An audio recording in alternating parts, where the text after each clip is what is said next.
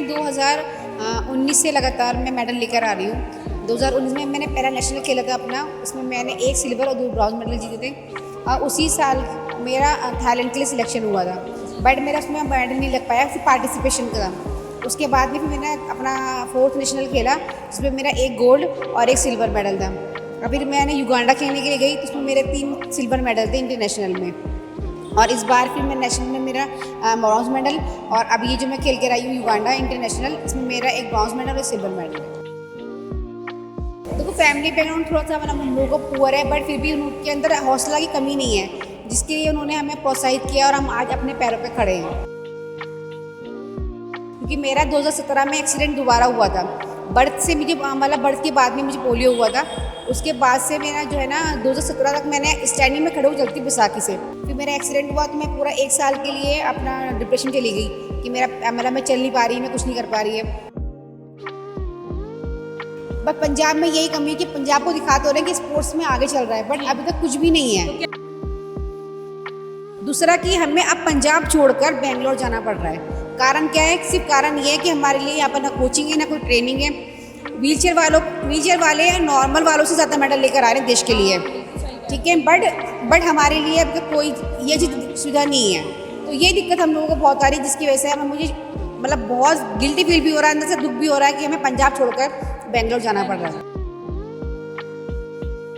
जहाँ हम औरतें मतलब छोटी छोटी बातों के लिए बहाने ढूंढती हैं कि ऐसा नहीं हो सकता, ये प्रॉब्लम्स थी, परिवार में प्रॉब्लम है, निकल नहीं पाते, वहाँ इन्होंने किसी बहाने को आने नहीं दिया रहे और हर चीज़ को पार करते हुए ये आगे निकले।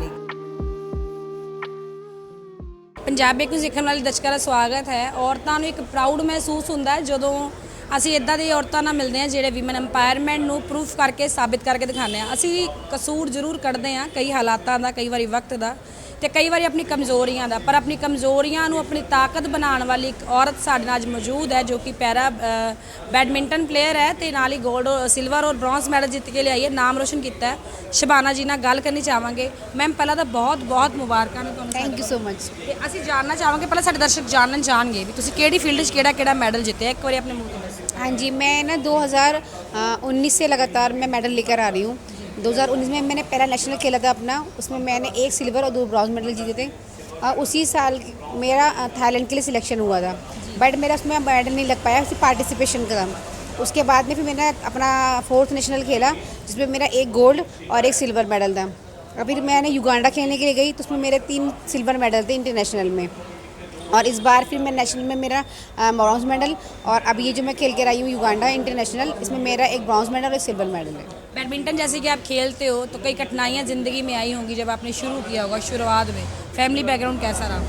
देखो फैमिली बैकग्राउंड थोड़ा सा मतलब हम लोगों को पुअर है, बट फिर भी उनके अंदर हौसला की कमी नहीं है, जिसके लिए उन्होंने हमें प्रोत्साहित किया और हम आज अपने पैरों पे खड़े हैं। वो फिर फैमिली की सपोर्ट है, फैमिली और फ्रेंड्स। मेरे फ्रेंड्स का मतलब इतने सही हैं कि मतलब उन लोगों ने ही मुझे गाइड किया कि भाई कैसे से, क्योंकि मेरा 2017 में एक्सीडेंट दोबारा हुआ था। बर्थ से मुझे मतलब बर्थ के बाद में मुझे पोलियो हुआ था। उसके बाद से मेरा जो है ना 2017 तक मैंने स्टैंडिंग में खड़े हो चलती बैसाखी से, बट मुझे पता नहीं था कि गेम्स वगैरह भी होते हैं। फिर मेरा एक्सीडेंट हुआ तो मैं पूरा 1 साल के लिए अपना डिप्रेशन चली गई कि मेरा मतलब मैं चल नहीं पा रही, मैं कुछ नहीं कर पा रही है। तो फिर मेरे फ्रेंड्स वगैरह ने बताया कि भाई ऐसे हैंडीकैप्स के लिए भी गेम होते हैं, आप उनको ज्वाइन करो, उससे आप लोग शायद बाहर डिप्रेशन से बाहर निकल पाओगी। तब मैंने ये गेम स्टार्ट किए तो थे। आप एक्सीडेंट से पहले भी कोई गेम खेलते थे? नहीं, मुझे पता ही नहीं था कि पैरा के कोई गेम भी है। तो मतलब आप हैंडीकैप होने के बाद में आपको गेम्स का हैंडीकैप मैं शुरू से थी, बट मेरा एक्सीडेंट दोबारा जब हुआ था मैं व्हीलचेयर पे आ गई। पहले मैं बैसाखी से खड़े को चलती थी, बैसाखी से क्या चलने हम की। कह सकते हैं कि जब आप ज़्यादा कमज़ोर हुए तो आपको अपनी ताकतों का हाँ अंदाजा हुआ? जी, हाँ जी, हाँ जी, शायद यही गॉड का था कि आप मुझे इस फील्ड में लाना था उन्होंने। बैडमिंटन ही क्यों? बैडमिंटन से पहले मैं जेवलिन थ्रो भी किया। जेवलिन थ्रो में मुझे कोचिंग नहीं मिल पा रही थी और ट्रेनिंग अच्छी नहीं थी। फिर उसमें ये था कि हम लोग एक जगह बैठकर बंध जाते हैं, तो अपने हम खुद जाकर भाला फेंकना फिर उठा के लाना वो पॉसिबल नहीं था।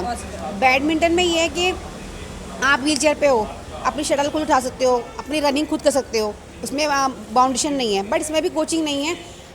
यही हमें दिक्कत आ रही थी, क्योंकि हमें पैरालंपिक के लिए मेरा नाम रेस में है जो 2024 में होने वाले हैं। मगर उसमें भी अभी दिक्कत यह है कि ट्रेनिंग हमारी प्रॉपर चाहिए, तो उसके लिए अभी हम लोग 2 महीने के लिए जा रहे हैं बेंगलोर। बट पंजाब में यही कमी है कि पंजाब को दिखाते हो रहे हैं कि स्पोर्ट्स में आगे चल रहा है, बट अभी तक कुछ भी नहीं है। तो क्या कहना चाहेंगे सरकार को जो आपको सपोर्ट करे, आप जैसे प्लेयर्स को सपोर्ट करे, या पंजाब में जो कमी है? बस मैं ये कहूँगी कि अभी हमारी पॉलिसी बन के दोबारा आई है, जिसमें उनको ये उन्होंने मेंशन किया कि नेशनल वालों के लिए ना जॉब नहीं है, ठीक है। तो हम एक तो उससे नाराज़ हैं, दूसरा कि हमें अब पंजाब छोड़कर बेंगलोर जाना पड़ रहा है। कारण क्या है? सिर्फ कारण ये है कि हमारे लिए यहाँ पर ना कोचिंग है ना कोई ट्रेनिंग है।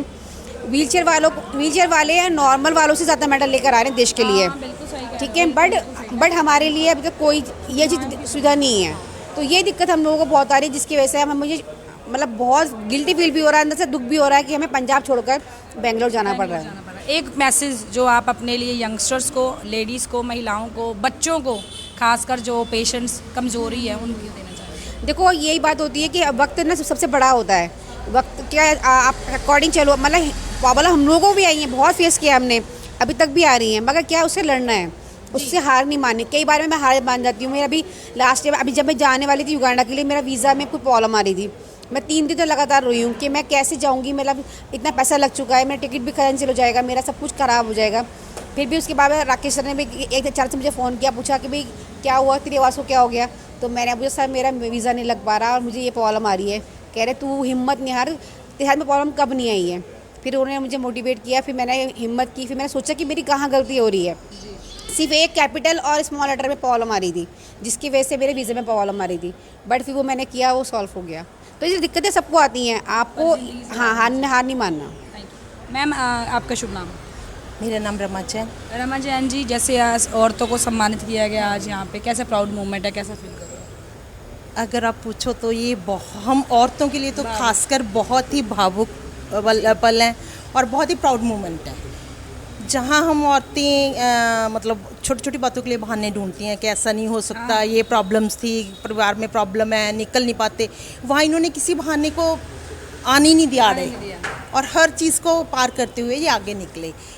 इनकी इसी चीज़ को देखते हुए हमारी संस्था, मैं भगवान महावीर सेवा संस्थान की मेंबर भी हूँ और क्रिश्चियन प्रेसिडेंट हैं उनके, तो हमारी संस्था ने इनके साथ पूरा इनको योगदान दिया। इनको जिस चीज़ की ज़रूरत थी, जैसे जैसे हम मतलब इनको ज़रूरत पड़ती गई, हम इनका साथ दे सपोर्ट करते गए। रीज़न क्या कि गवर्नमेंट तो कुछ मुझे नहीं लगता कर रही है इनके लिए, जबकि मुझे ये था कि जब ये लोग आए तो इनका सम्मान एक अलग ही ढंग से होना चाहिए गवर्नमेंट की तरफ से भी, बट नहीं, तो ठीक है हम लोग तो हैं ना। तो मुझे बहुत खुशी है बीइंग ए वुमेन कि ऐसी लोग औरतें हैं जो हम जैसी औरतों का भी सर ऊंचा कर देती हैं। जैसे कि आपने देखा है, अपनी कमज़ोरियों को अपनी ताकत बनाना और अपनी कमियों को उजागर करके सबके सामने एक मिसाल कायम की है इस जो हमारे साथ मौजूद है शमामा जी ने, और जैन संस्थान का शुक्रिया जिन्होंने उनका सम्मान किया है। एक बार फिर इनके मोटिवेशन शब्दों से अपनी ज़िंदगी में राह बनाइए और देखिए कैसे हम अपनी कमज़ोरियों से पल्ला झाड़ सकते हैं कि औरतें कुछ नहीं कर सकती। जो को लोग कहते हैं बेटी पढ़ाओ बेटी बचाओ, मैं उनको एक संदेश देना चाहूँगी, बेटियों को किसी चीज़ की ज़रूरत नहीं है, बेटियों को ज़रूरत है सिर्फ हिम्मत दिखाने की, उनके लिए रास्ते खुद ब खुद बन जाते हैं। मैं राकेश जैन, अध्यक्ष भगवान महावीर सेवा संस्थान। आज जैन स्थानक सिविल लाइन में एक ऐसा कार्य जो विश्व भर में ऐसे कुछ चुनिंदा ही बच्चे हैं जो ऐसे कारनामे कर पाते हैं। आज एक पोलियोग्रस्त बिटिया जिसने युगांडा में पैरा बैडमिंटन प्लेयर हैं, वहाँ से एक सिल्वर मेडल और एक कांस्य पदक लेकर आई हैं। पिछले वर्ष भी जिसको कि भगवान महावीर सेवा संस्थान ने 100% स्पॉन्सर किया था, तकरीबन 4.5 लाख रुपया उसका खर्चा आया था। उसका जो मेन श्रेय है, मेरे साथ मेरी बड़ी बहन रंजू जैन खड़ी हैं, ये इन्हीं का मोटिव था और हमें प्रेरणा दी थी कि ऐसे बच्चों को आप बाहर ज़रूर भेजिए। उस वक्त का जो एक्सपेंस है समाज का सहयोग रहा, लेकिन उस सहयोग को सार्थक किया। ये हस्बैंड वाइफ दोनों पोलियोग्रस्त हैं, जिनके आप सोच सकते हो जो पोलियोग्रस्त का जीवन है वो ज़मीन पे जिसको रेंगता हुआ जीवन बोल देते हैं, लेकिन इन्होंने उस चैलेंज को कहीं आगे ले जाकर आज अंतर्राष्ट्रीय स्तर पर सिल्वर और अपना कांस्य पदक जीता है।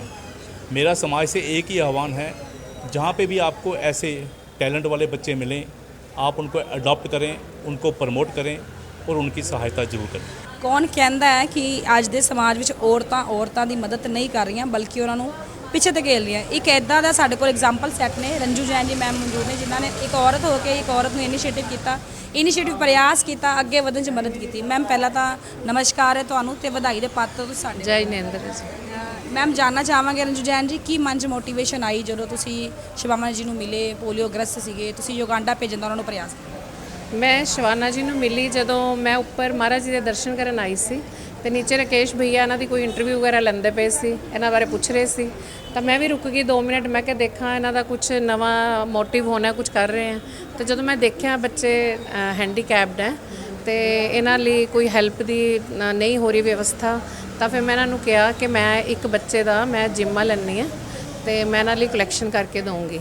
ਫਿਰ ਸਾਰੇ ਆਪਣੇ ਸਮਾਜ ਦੇ ਜਿੰਨੇ ਵੀ ਸੀਗੇ ਉਹਨਾਂ ਤੋਂ ਇੱਕ ਪੈਸੇ ਇਕੱਠੇ ਕਰਕੇ, ਤਾਂ ਮੈਂ 8 ਦਿਨ ਸਾਡੇ ਇੱਥੇ ਹੁੰਦੇ ਆ ਸੰਵਤਸਰੀ ਤੱਕ 8 ਦਿਨ ਪ੍ਰਿਊਸ਼ਨ ਹੁੰਦੇ ਆ, ਤਾਂ ਮੈਂ ਉਹਦੇ 'ਚ ਆਪਣਾ ਇਹੀ ਰੱਖਿਆ ਕਿ ਟਾਰਗੇਟ ਕਿ ਮੈਂ ਇਹ 8 ਦਿਨਾਂ ਦੇ ਵਿੱਚ ਕੋਈ ਅੱਛਾ ਕੰਮ ਕਰਕੇ ਪੂਰਨ ਕਰਾਂ। ਬਸ ਉਹ ਦਿਨਾਂ 'ਚ ਮੈਂ ਸਭ ਦੇ ਘਰ ਗਈ, ਸਭ ਨੂੰ ਫੋਨ ਕੀਤੇ ਕਰਕੇ ਮੈਂ ਉਹਨਾਂ ਨੂੰ 2.25 ਲੱਖ ਰੁਪਏ ਇਕੱਠਾ ਕਰਕੇ ਬਰਕੇਸ਼ ਭਈਆ ਨੂੰ ਦਿੱਤਾ। ਇੱਕ ਮਨ 'ਚ ਤੁਸੀਂ ਮੋਟੀਵੇਸ਼ਨ ਪ੍ਰਣ ਥਾਣਿਆ ਵੀ ਇੱਕ ਅੱਛਾ ਕੰਮ ਕਰਾਂ, ਵੀ ਇੱਕ ਅੱਛਾ ਕੰਮ ਇਹ ਨਹੀਂ ਉਸ ਅਸੀਂ ਲੰਗਰ ਲਗਾਏ, ਇੱਕ ਅੱਛਾ ਕੰਮ ਇਹ ਨਹੀਂ ਉਸ ਅਸੀਂ ਜਾ ਕੇ ਮੰਦਿਰ 'ਚ ਕੋਈ ਜਲ ਚੜਾਈਏ, ਪੂਜਾ ਪਾਠ ਕਰੀਏ। ਅੱਛਾ ਕੰਮ ਇਹ ਵੀ ਹੋ ਸਕਦਾ ਹੈ ਜੋ ਤੁਸੀਂ ਕੀਤਾ, ਇਹ ਵੀ ਕੀ ਆ? ਹਾਂਜੀ ਹਾਂਜੀ, ਬਸ ਉਹ ਪੂਰਾ ਹੋ ਗਿਆ। ਫਿਰ ਇਹ ਬੱਚੇ ਗਏ ਖੇਲਣ ਲਈ ਯੁਗਾਂਡਾ, ਉੱਥੋਂ ਸਿਲਵਰ ਮੈਡਲ ਜਿੱਤ ਕੇ ਲੈ ਕੇ ਆਏ। ਮੈਂ ਸੰਦੇਸ਼ ਇਹੀ ਦਿੰਦੀ ਹਾਂ ਵੀ ਕੋਈ ਵੀ ਇਸ ਤਰ੍ਹਾਂ ਦੇ ਹੈਂਡੀਕੈਪ ਬੱਚੇ ਹੋਣ ਜਿਨ੍ਹਾਂ ਨੂੰ ਜ਼ਰੂਰਤ ਹੈਗੀ ਹੈ ਆਪਣੀ ਲਾਈਫ ਵਿੱਚ ਅੱਗੇ ਵਧਣ ਲਈ, ਤਾਂ ਹਾਂ ਕਿਸੇ ਵੀ ਤਰ੍ਹਾਂ ਦੀ ਮਦਦ ਦੀ ਲੋੜ ਹੈ ਤਾਂ ਮੈਨੂੰ ਕੰਟੈਕਟ ਕਰ ਸਕਦੇ ਆ, ਮੈਨੂੰ ਮਿਲਣ ਆ ਕੇ। ਤੇ ਮੇਰਾ ਫੋਨ ਨੰਬਰ ਹੈ 9814692169 ਤੇ ਮੈਂ ਹਰ ਕੋਸ਼ਿਸ਼ ਕਰਾਂਗੀ ਰਾਕੇਸ਼ ਭਈਆ ਤੇ ਅਸੀਂ ਮਿਲ ਕੇ ਉਹ ਬੱਚਿਆਂ ਦੀ ਸਹਾਇਤਾ ਕਰੀਏ, ਸਮਾਜ ਦੇ ਲੋਕਾਂ ਨਾਲ ਮਿਲ ਕੇ। ਸਾਡੇ ਲਈ ਤਾਂ ਬਹੁਤ ਸਨਮਾਨ ਦਾ ਵਿਸ਼ਾ ਹੈ ਕਿ ਇੱਕ ਔਰਤ ਸਿਲਵਰ ਤੇ ਕਾਂਸੇ ਹੁਣ ਫੇਰ ਦੁਆਰ ਤੋਂ ਜਿੱਤ ਕੇ ਲਿਆਏ ਉਗਾਂਡਾ ਤੋਂ, ਬਹੁਤ ਖੁਸ਼ੀ ਹੈ। ਲੁਧਿਆਣਾ से विकास चोपड़ा, राधा नगर रिपोर्ट, पंजाब ब्रेकिंग न्यूज़।